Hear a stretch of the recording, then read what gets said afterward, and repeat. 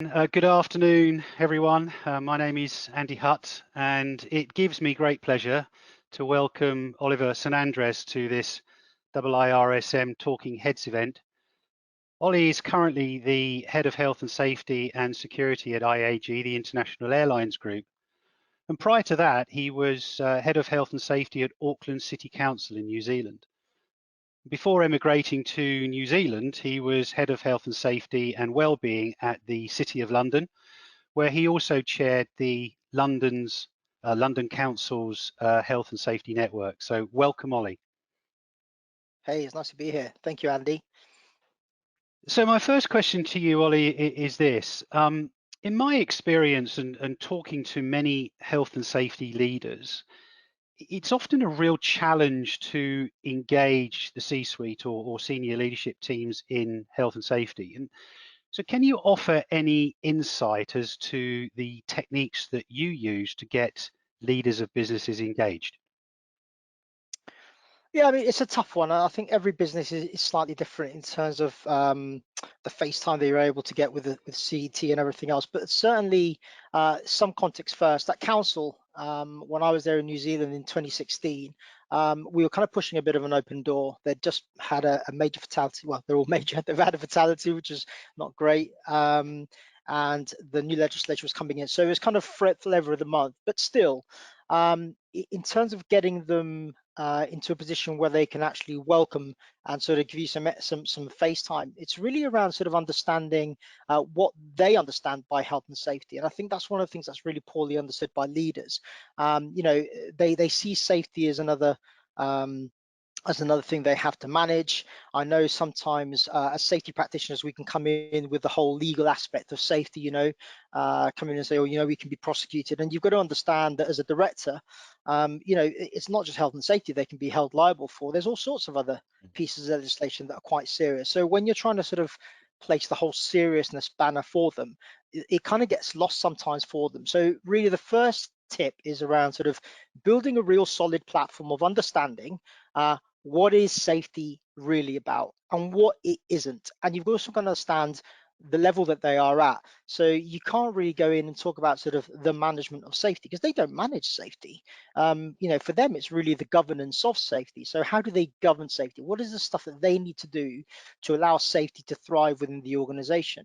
So their job really is around sort of setting the conditions for safety to thrive. And, you're pulling on levers that aren't necessarily safety, but they are sort of values related. They are sort of the emphasis on things like training, some of the skills that aren't necessarily always thought about. So actually it's about them setting those conditions for those conversations to happen and for you to have those conversations. And the second one I think is really important, which I know helped me a lot, is just get rid of the stats. I don't mean fully. I know there'll be some people going, what? Like, don't get rid of the fully the stats, but the statistics sometimes will just create a culture where you're managing those numbers. And all you do, I think, in my experience, is you end up managing you end up chasing your tail. So really, in terms of the stats, absolutely, we do need stats. The data and the insights behind those stats is much more important. The so what questions that fall out of the stats that allow them to govern. So I think it's much more important that they understand that. So creating the time basically to get them to really understand what safety is and what it isn't. And to give you a measure of an indicator of that, we took a whole week, sort of, and obviously not a solid week, but we run a program for a week with all of our exec team around what safety was, what safety wasn't, and really try to impart on them their role with this. So it's a matter of education, right, as well. So, but educating them on the right things. Yeah, quite right. I mean, it's critical. If you want a meaningful grown-up conversation about something, you really need to start shifting the conversation to the topics that they want to understand. So, for example, it's okay. They need to understand what the risks are, but actually what the critical risks are. Of course, all directors will be interested in the injuries that are happening in the workplace. But when you're bringing sort of what I call the day-to-day things like the slips, the trips, yes, they are important to be managed. I'm not saying they shouldn't, but actually, do they need those conversations necessarily? You need to give them the platform as to the insight as to what's perhaps aligning to those, whether it's an investment in infrastructure or something. You need to put it into their language. And I think sometimes they just get fed up, in my experience, because you're coming to them with like, oh, we've had 12 back injuries this week. Oh, okay, well, how do we manage that? So you've got to try and shift the paradigm so that it's not a single faceted conversation. It's more of a deeper understanding of, okay, well, what's causing that? How do I influence that as a director? And that's what you're kind of building that bridge to them too. But absolutely, they do need to understand risk. And for example, one of the things we used to focus on particularly was around getting them to understand their critical risks. What are the things that they have in their departments under their control that if they went wrong, we are looking at serious, serious problems, okay, potential fatalities and lots of stuff. And that's the stuff that you want to really develop your conversations around and theming them around that. So you look at the control effectiveness and all that sort of good stuff, rather than just bringing to them your LTIs and everything else, which are important, but actually it's that conversation. But I also see here as well that, getting that relationship with the leadership team so that they can, you can help coach them. They come to you for coaching, whether it be sort of formal type coaching or even spontaneous type coaching. Yeah. Coaching is a really critical sort of skill set that we need as practitioners today. Mm. And certainly, in order to build that coaching relationship, there's an important element of trust. They need to trust you, right? They need to understand. We always had this funny thing at council where my directors say, if Ollie's pressing the button, it's really serious, and we all need to listen. And I think there's that level of trust that you've kind of got it. But when you need them to listen and act, you are going to come up to them with something that's meaningful. So that's really, really important to understand. But yeah, coaching is really important. Get them to understand how they set the conditions on safety stuff. So for example, how do they react to bad news? How do they react to an incident? Of course, there's the initial human reaction, which is, oh my God, have I done something wrong? Are we going to be getting for it? But actually, Mm-hmm. how they receive that bad news and the reaction that they put out is probably one of the most important things. Same with if you have a serious incident. I find that a lot of directors start hiding behind their humanity, or they put the humanity to one side, and they start dealing with all the legal bits, and they start dealing with the exposure, and that's important, absolutely. Mm-hmm. But actually, don't be afraid to pick up the phone and call somebody who's been injured at work, visit them in hospital, stuff like that. Because we used to have these conversations all the time. It's, oh, isn't that an admission of guilt? I'm like, well, actually, no. These things do happen, and yes, there might be something that we can learn from it to make it to prevent it from happening again, and all that good stuff. But actually, how they respond to that is critical. And again, that whole trust thing runs all the way from that level down Mm-hmm. to us. So yeah, that coaching piece is really important, particularly around how they're able to flex their leadership styles, because there's loads of different leadership styles, and how they flex that leadership style to the particular situation is really important. And one of the key things that I try to drive my exec team into was what I used to call felt leadership. So can the staff right at the coalface feel a genuine care coming from the directors, or is it just because, oh look, it must be safety committee time again, they're asking for all these things to be done? So is that prevailing through their management psyche and their style, or is it just Mm-hmm. one thing that happens every quarter because committees are due and they need to have their stats ready? I'm not going to swear on here. I'm trying very hard because you know what I'm like, Andy. But they directors sometimes talk a good message, but our staff are the best BS detectors ever. Our Yeah. people can smell that a mile off. So if you're not genuine, don't say it. You're better off saying nothing at all, because you'll lose that trust in a sec. And do you think there's a case to engage HR in here as well, Mm. to build sort of health and safety into performance reviews for execs? Oh, massively. I was lucky again at Auckland Council. HR was a powerhouse. I mean, it was absolutely Mm. amazing. We had a really, really cracking team of people, and health and safety was never seen as a bit on the side. It was very much weaved into how we wanted people to manage. So, performance was something we put up there. So, health and safety performance was a critical part of a manager's undertaking, and therefore they were managed on that as well. So yeah, very important. And again, we had to set the conditions as safety professionals. What other questions you want to ask? Again, you Yep. can't just how's health and safety in your department this month? You can't do that.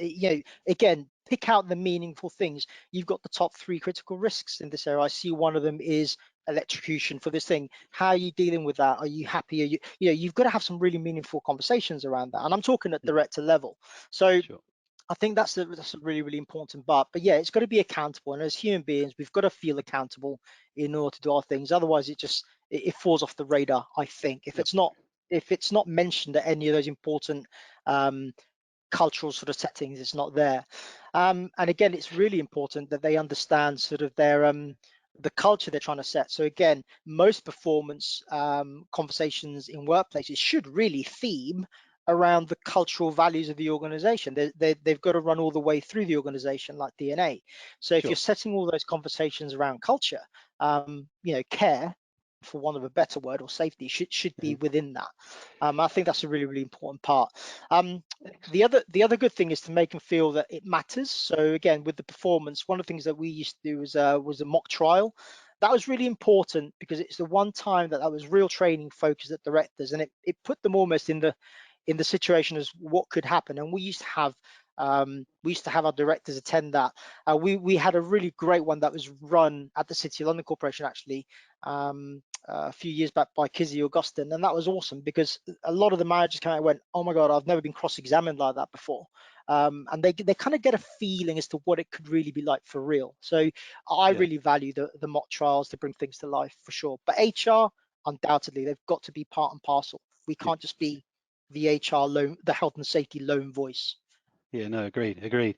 Okay, great. So we're going to put on the chat function, we're going to put our first poll up there. So we would love all the attendees to answer this. So how successful have you been in engaging your senior leadership team in health, safety and risk? That would be great. So It's on the screen. thank you, Suzanne. So yeah, Ollie, so we hear a lot about measures, okay, and traditionally how lag indicators have been used to create awareness of health and safety in a business. But can you give us some ideas of what lead indicators you use and how you get them? Yeah, I mean, this is tough sometimes. I'm not going to say it's easy. This is tough sometimes, but again, you've got to understand what you want to measure in terms of the response that you want to achieve. So yeah, I do find that too many organizations and too many practitioners, look at the lag indicators. And what I mean by lag indicators are things like FTIR, LTIs, all that sort of lost time injuries, all those sort of failure events, how many incidents we've had, how many near misses we've had, all that Mhm. sort of good stuff. And that's fine. You do need that. I'll never forget, we invited Andrew Sharman out to speak to our managers during our journey. And there's one thing that he said that I've never heard it put in this cool way before, and it really stuck with me. And one thing he said is that you can't drive a car by looking in the rear view mirror. And when you think about it, that's right. You're wanting to go forward in a direction. Clearly, you need to know what's behind you because it's understanding. Helps you understand how to position yourself on the road or how to avoid something. That's the learning piece, right? That you've got Mhm. to implement. But actually, you can't just drive a car by looking in the rearview mirror. And I think that's a really good analogy. If you look at the lag indicators, it's gone, it's finished. Yes, there is some learning, but actually, we want to be looking ahead and we want to proactively be looking ahead of the risks that we want to actively be managing.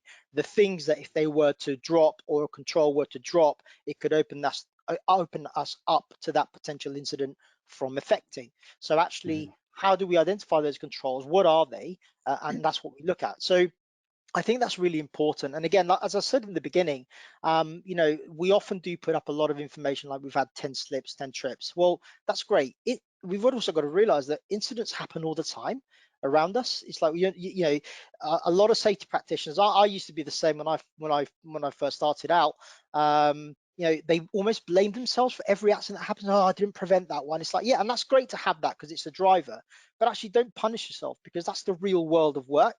And Mhm. obviously, if we use our information effectively and correctly, yes, you can prevent a lot of it. But again, let's prevent the stuff that is really going to matter. I'm not saying that slips and trips don't matter because obviously there's some major incidents that can happen, but actually have some critical thought to the incident. So again, I've used this example, a trailing cable in an office, yes, is terrible, but a trailing cable, say on an open sort of quarry site, is even worse if you think about where it could potentially be and what you're surrounded by.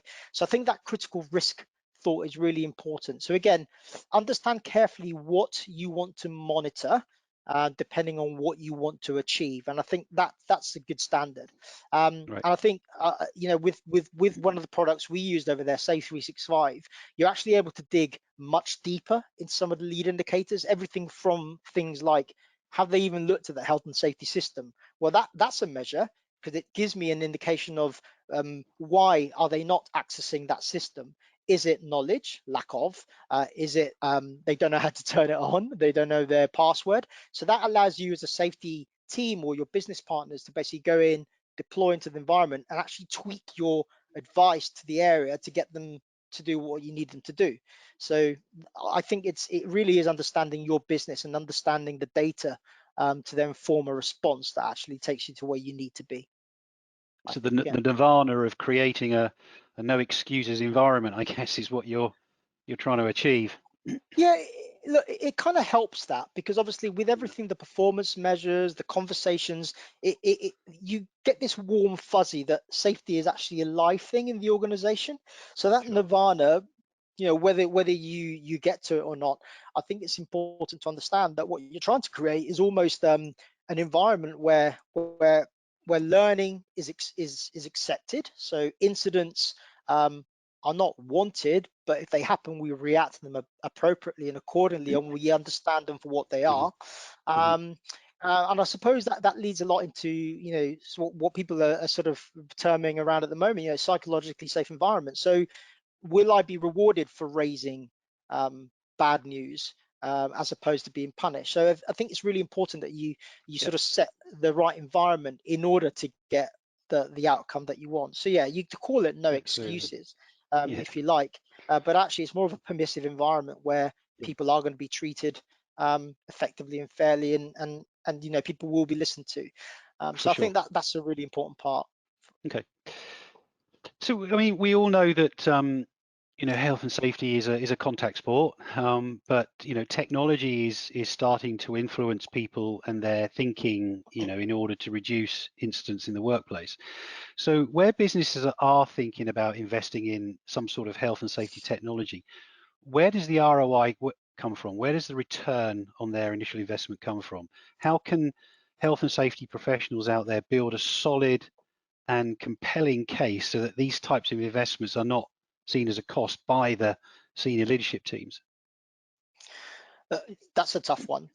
That is really tough. And I've got to say, this is the one thing where I think New Zealand will eventually sort of become a superpower in safety.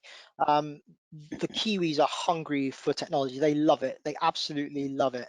And that's really where my sort of passion for the use of data and everything else came from. So I learned a hell of a lot when I was out there in terms of that. And we are quite sort of typical as a safety profession. We're quite bad at sort of adopting new techniques. I mean, just look at safety in itself, right? I read a fantastic book recently by Clive Lloyd, and he said in his book Next Generation Safety Leadership, he describes safety, which made me chuckle.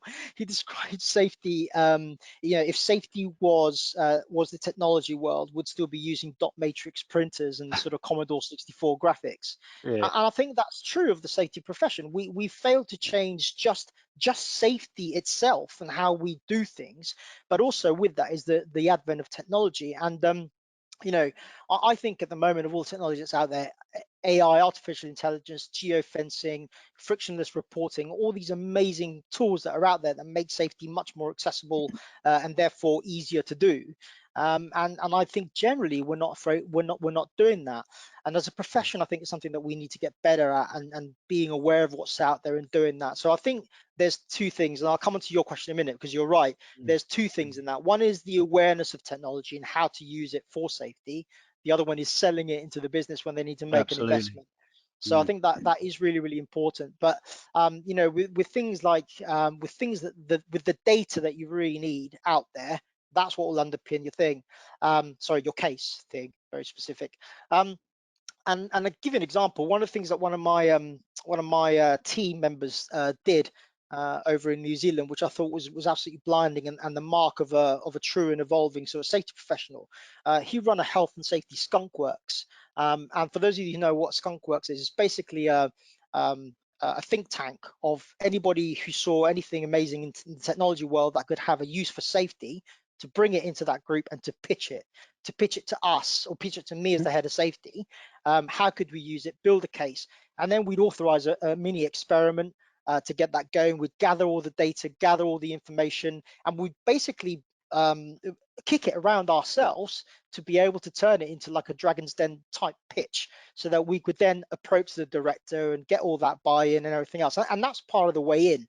So creating a need, and then clearly as a commercial organization, remember what I said at the beginning, don't just go in and say, oh, we need this because the safety law says so, or because it's going to prevent a death. Well, yeah, that's great, and the ethics are fantastic, but actually what's it going to cost, and what's it going to bring me, what's it going to give me back? So you've also got to be able to understand commercial acuity. You need to understand the returns and stuff.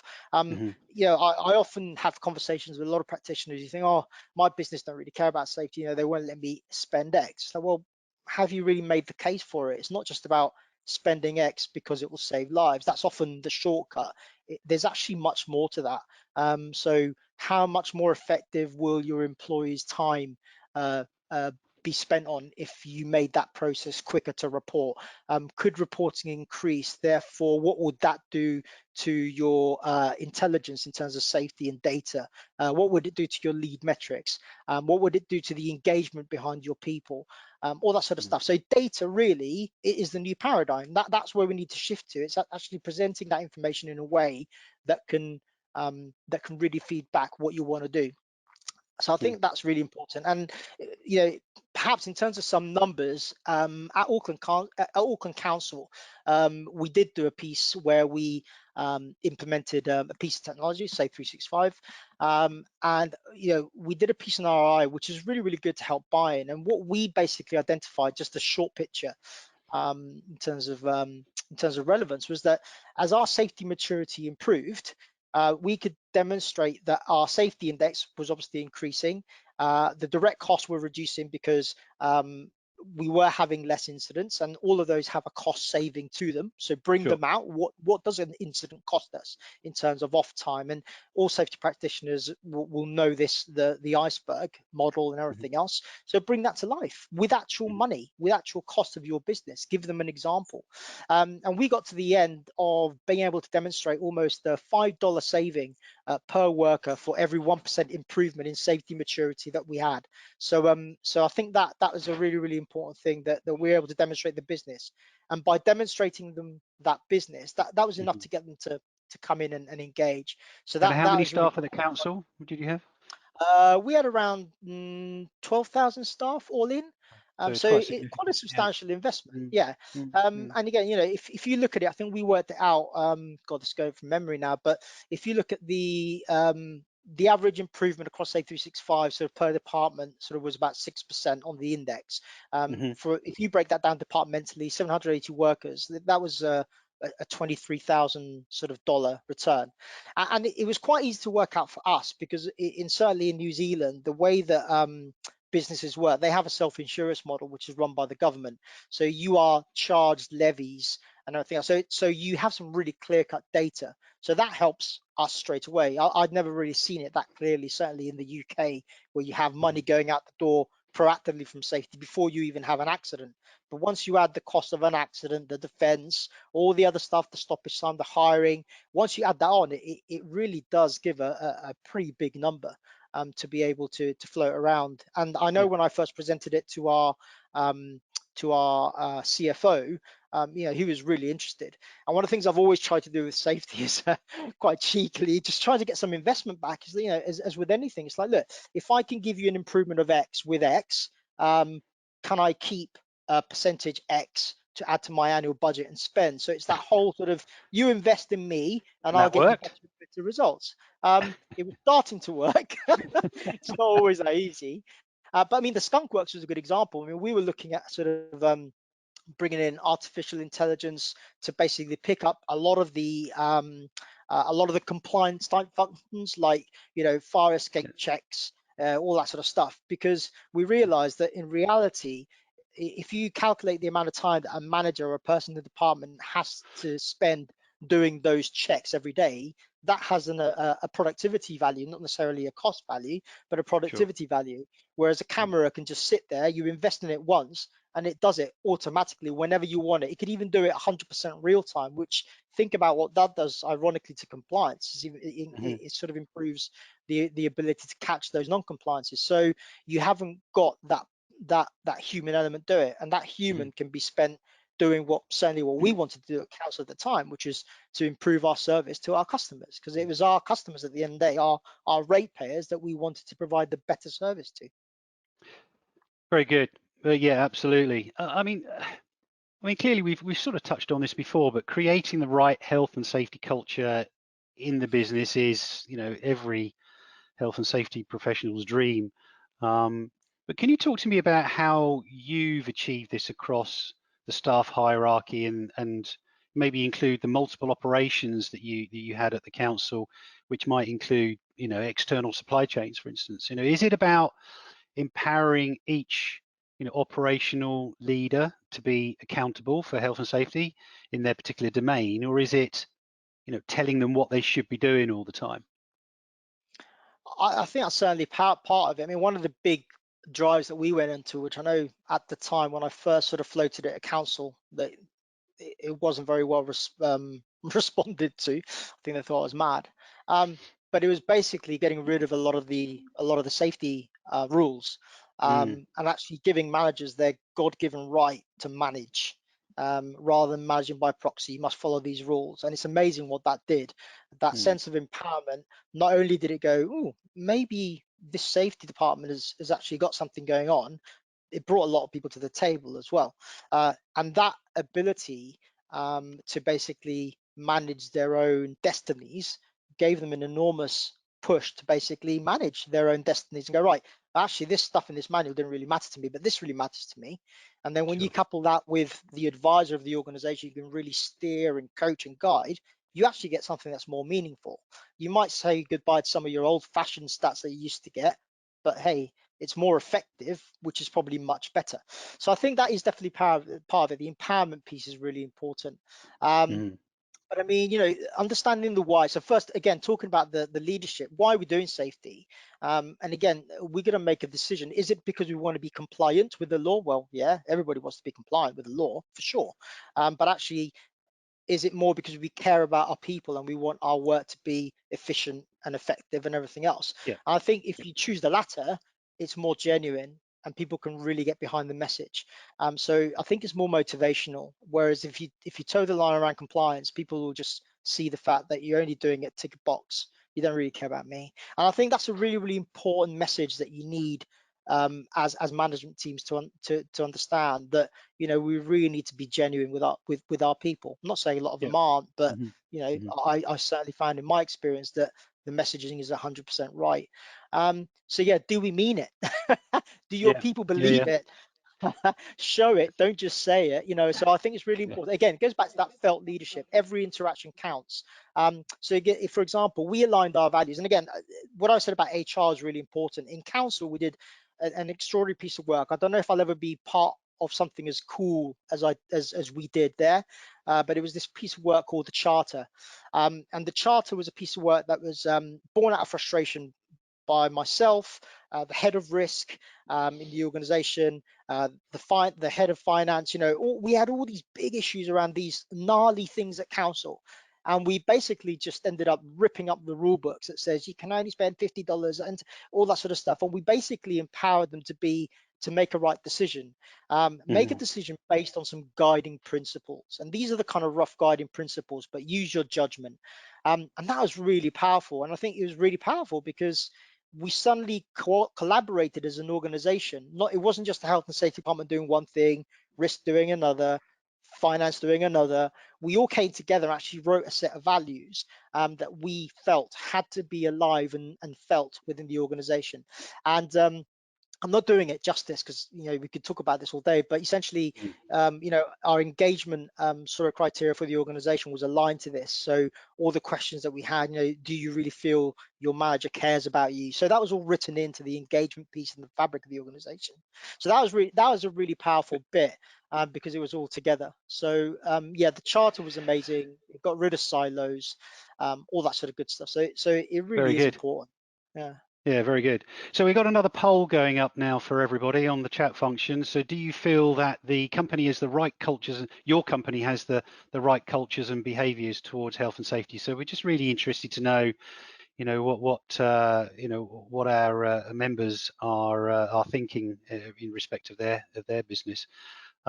So sort of really the last question before we get on to a bit of Q&A, conscious of time here, Ollie, is Yeah. how are you giving the directors of any business the knowledge and capability to understand the dynamics of health and safety within the business so that they can, make more informed decisions and effectively govern? Gosh, I mean that's a really good question because again, a lot of directors aren't necessarily good at the governing piece, and we try and give them Mm, information that's allowing them to manage, but not necessarily govern. So yeah, I think again, just trying to keep it short because of time, but one of the great tools I used was Gemba. For anyone who isn't familiar with Gemba, it's a bit of an improvement tool, and it's really connecting them with the ground, connecting them with the coalface. mm, I used to take them out on walks all the time. We used to take them out to their high risk areas, get them to walk the ground, meet the people, so that we could actually relate safety to something meaningful rather than just statistics. So there's little tricks like that. And yes, it does take time, and some of them will push back, but this is where you need to engage your chief exec to really sort of lever and empower you to be able to make some of those decisions. It really is all about trust. So those yeah, relationships are important. yeah, We've already talked about knowledge, explaining the legislation, what is really required of us. There's a lot of safety practitioners that sell the doom and gloom of safety, and actually you need to think critically about the safety legislation. We don't always have to spend money to achieve the ultimate aim. There is a reasonably practical decision mm, that can be made, and that's mm, part of the ROI sort of decision. That's really important. I'm going to be really disrespectful now. I'm sorry, but I can't help myself. Don't be a 45,001 monkey. Don't walk around with a clipboard all the time ticking boxes. That doesn't inspire anyone. It's important. I get it. Absolutely. I've yeah, I've I've um I've put in 80,001 managed systems before, but actually there's a time when the business is ready for it and when they're not. So manage that carefully and try and understand that. So yeah, it's really important that you do speak to your leaders. And the last one for me is skill up your safety practitioners. One of the things I'm always finding, and I was certainly part of this, I've only ever been a safety practitioner, and it's those skills that we don't use as safety professionals very often. So mhm, mhm, everything from communication to commercial acuity to building trust and coaching, all those skill sets that may not have. And I remember one practitioner in my team at Auckland said to me, Ollie, if you want me to investigate and to audit, I'm your gal. Anything else aside of that, I'm not going to do it. And I'm like, well, maybe you shouldn't, maybe you're not in this job. So ultimately it's a really, really important thing that we need to empower and yeah, train our people to allow them to deliver that service to their home departments. They've got to realize they're not the police. They are not the sure, enforcers. They are there to solve and help problems. So one of the key things we did at council was we brought in the ACRE frameworks team to yeah, basically do a bit of analysis into the team, what skills we all had, what skills were we deficient in, what we could build people up to do. And that went down so well, so well. And we found some real rough diamonds within our team that we were able to then empower and develop. And, so from that point of view, investing in the really, really people, yeah. important. Okay. Mm. The results of the poll was quite interesting. It's quite well Okay. balanced, I thought. Yeah. Yeah. And there you go. Good old working Working from from home. home. Absolutely. Fortunately, I'm well past that stage. But we talked briefly, and just spend sort of 1 minute on this really. But we talked briefly about overdoing the stats a bit earlier. But surely some really cohesive, very highly visual and to the point reporting is going to be key for these directors Absolutely. to really help them make these decisions. Yeah, you've got to focus the mind, but again, focus into what you want to actually deliver. So I think we go Yeah. too much into the weeds, and they haven't got time or brain space for that. So yeah, it is about picking the right indicators. And one of the things we did really simply was we just developed this maturity index. So if you're being good at safety, what does that look like? And the Safe 365 tool enables you to basically do that into Yeah. one number. So it's almost like, don't worry about, we'll talk about the numbers individually and with your management teams and everything else, but actually just look at this top level number and then look at the RAG status that supports that. And that allows you to have a very simple guided conversation. So you do need data, absolutely. Yeah. Um, Yeah. but don't sweat it. So when you're talking about incidents, for example, I used to do this thing where so right, if you read the paper, you understand it, great. Any questions? No? Right. This incident, we're going to talk about this, and we really explored it almost with the concept of learning teams that done the investigation. We then talked about it with them, and when we drew out the governance learnings for them so they could more carefully understand what is needed from them or what would have been needed for them at that time, and therefore Yeah. they can take that forward into their day-to-day situation. That worked for us. It might not work for Yeah. everyone, but certainly that worked for us. Very good. Great, thank you, Ollie. So I'd like to sort of finish off really by offering us out to our audience if they have any questions for Ollie. Suzanne, do we have any questions? Again, quickly, in your opinion, how important is compliance versus the real world of safety? That's a tough one. Look, I think obviously we're in the business of ensuring that organizations are compliant. Obviously, every director will ask you that. Yeah, But I'm truly of the belief that if we get our positioning right in safety and we're doing safety for the right reasons, and the right reason can't be to achieve compliance, is to keep your people safe, and there's a real culture of care, I yeah, think compliance will automatically come and then some. Again, that's why I put that little nugget in about 45,001. People get so hung up on like 45,001 being the raison d'etre for safety, and it's not. It's not about delivering some sort of audit mechanism. Yeah, that's important, but actually the reason is so that people can go home to their families. And if we yeah, put safety in that context, I think people can understand that and commit to it a bit more. If that makes yeah, sense. yeah. It does absolutely. So yeah, so compliance is Yeah, important, but why yeah. we do safety is going to be more important. Sure, sure, sure.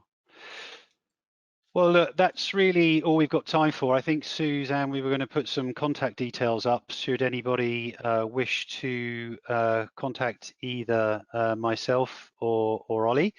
But, firstly, my thanks to IIRSM for hosting this event. If you have found, these types of events of value, I'm sure IIRSM would welcome your feedback. And secondly, and by no means least, thank you, Ollie, for your time today. You're welcome. You've given some great insight into mitigating some of the many challenges faced by health and safety leaders, and clearly your tactics and strategies, are a real asset to any executive leadership team. So thank you very much. Thank you. Well, welcome to part 2 of the webinar entitled "Is Your Leadership Team Fully Engaged in Health, Safety and Risk?" We're doing this part 2 because we had a few questions in the part 1 webinar, which came in late when the webinar had closed. So we thought we'd just create this part 2. We've got 3 questions that were asked by some of the delegates. Ollie has very kindly offered to rejoin us so we can get these questions answered. So thank you, Ollie, again for your time. No problem. So the Three great first questions. question, yeah. So the first question is, if your leadership is more commercially driven, how do you put into context the impact on safety to spend on safety initiatives? Yeah, this is a really good question, and I think it kind of answers it itself. You've clearly got to align the context into the commercial operation. So I think it's really incumbent on health and safety professionals nowadays to be more than safety experts and technical experts in safety. They need to understand what the costs of doing everything are in the business, just as if they were their directors, those executives themselves. You need to have an eye on the pound at the Mm-hmm. end of the day, because essentially everything has to be monetized and it's all got a cost in at the end of the day. And there's a lot of examples that I'm seeing at the moment, particularly around COVID, and around sort of numbers that are being used to describe, things, everything from lateral flow testing to being deployed to everything else. But then if you really understand for example, what it would cost for a particular part of the organization to be stood down because of COVID or because of an outbreak, and you translate that into actual monetary value, then that is the commercial activity. And I think where we normally tend to answer part of this question for execs is we tend to focus very much on the fines or the interventions that the agency could potentially make and the insurance costs, and that's all very valid. Absolutely, that adds to that commercial factor. But actually bringing it closer to home, it's really incumbent on us to understand exactly what it would cost. From a commercial point of view, if we had to do something. So when you have an incident, how much does it cost you? Not how much does it cost you in terms of just the accident fees, the treatment, all that sort of good stuff. But you must have been stood down. If you had an incident on a forklift, that forklift would have been denied to the business. So what's the impact of having one less forklift in a warehouse, for example? How many less movements can you do? What does that translate? It all has a pound value. So my advice is really to get into the detail. I personally hate this because I'm not a numbers person, but Mm. it's one of the biggest things for my development myself that I really had to force myself into, is to really understand the business commercials just as if I was one of those execs. Because actually, at the end of the day, I know that any safety professional will have that knowledge, and once they get this extra piece of the puzzle, you can quite easily align all of your thinking to commercial values, and that's really part of it, I think. Yeah, and that's something that leadership teams very much take note on, for sure. For sure, good answer. Yeah, I mean, we've also had a question from a mechanical engineer of 40 years who is now working as a safety professional. Really great question, this one, but I guess it could be a really big answer too. Could you please share your ideas about how to raise safety awareness? Gosh, this really is quite a broad question. I Yeah. mean, safety awareness at all levels. I will take the question of safety awareness, given that this is a topic around sort of leadership and fully engaging with safety at that level. I'll limit it to that piece, if that's okay. Mm, We talked about on the day, we talked about sort of some of the techniques that exist in safety, and it's about trying to, in my view anyway, it's trying to make a physical connection with the C-suite. So more often than not, they tend to just see reports on paper. They tend to see numbers and figures. It's very difficult to engage the soul, should I say, of mm, an individual. So really, one of the things that I think is what really, really well for me is to try and identify a meeting well in advance where you can actually just change it up. And yes, it will take all of your powers of conversation and sort of engagement and selling to do this, but actually try and get your C-suite out on the floor, try and get your leadership out on the floor, do a Gemba walk.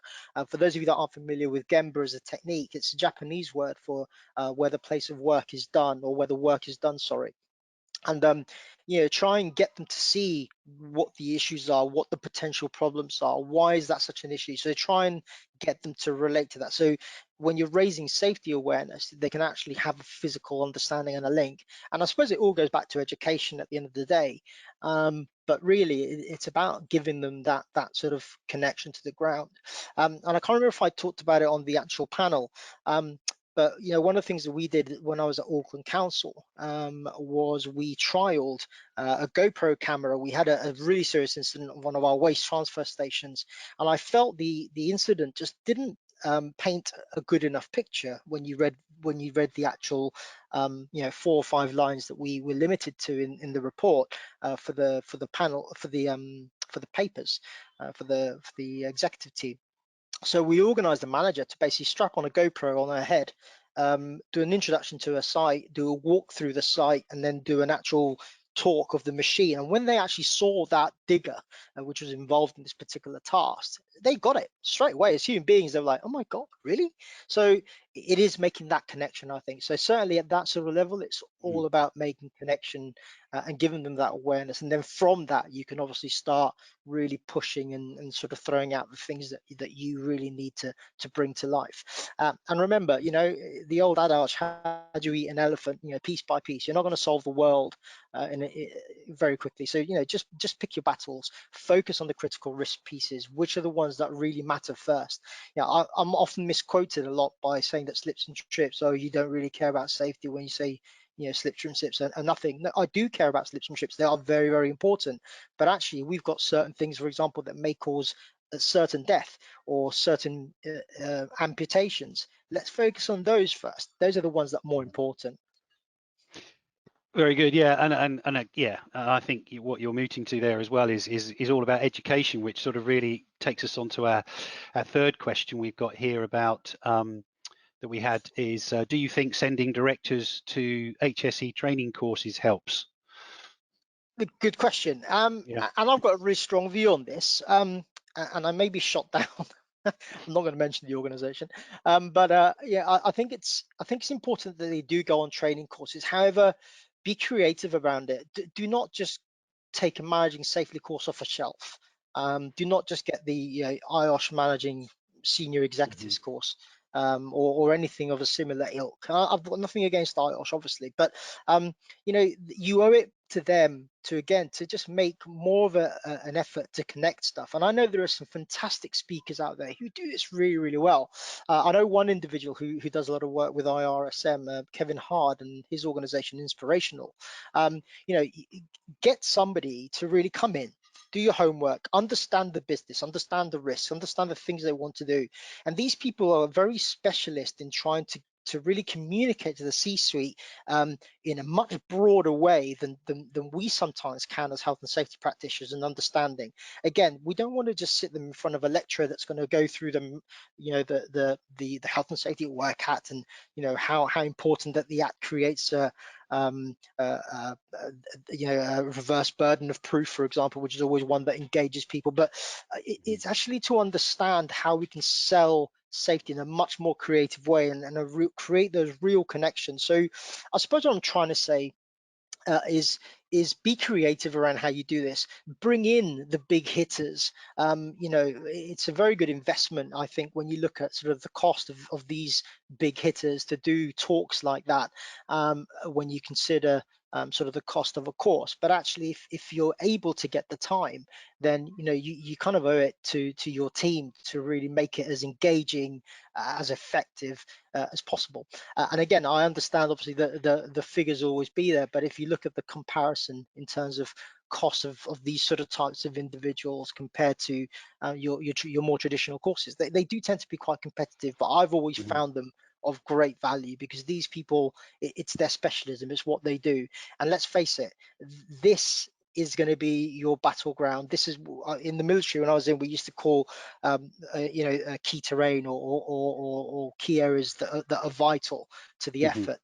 This is one of those areas. If you unlock this, this is what will give you your buy-in. So really think about really being quite specific and task focused when you do these sort of courses with your C-suite. Very good, very good. So just to reiterate there, that was a little punt for Kevin Hard at Inspiration Hall, who's able to do these leadership training courses around HSE. But also, I'm fully aware of the IIRSM have a 2-day program called Managing Risk: The Essentials, which is also really compelling for leadership teams.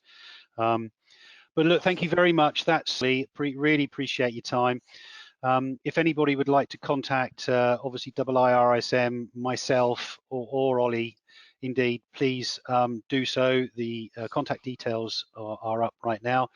And thank you very much for your time, and stay safe. Thank you.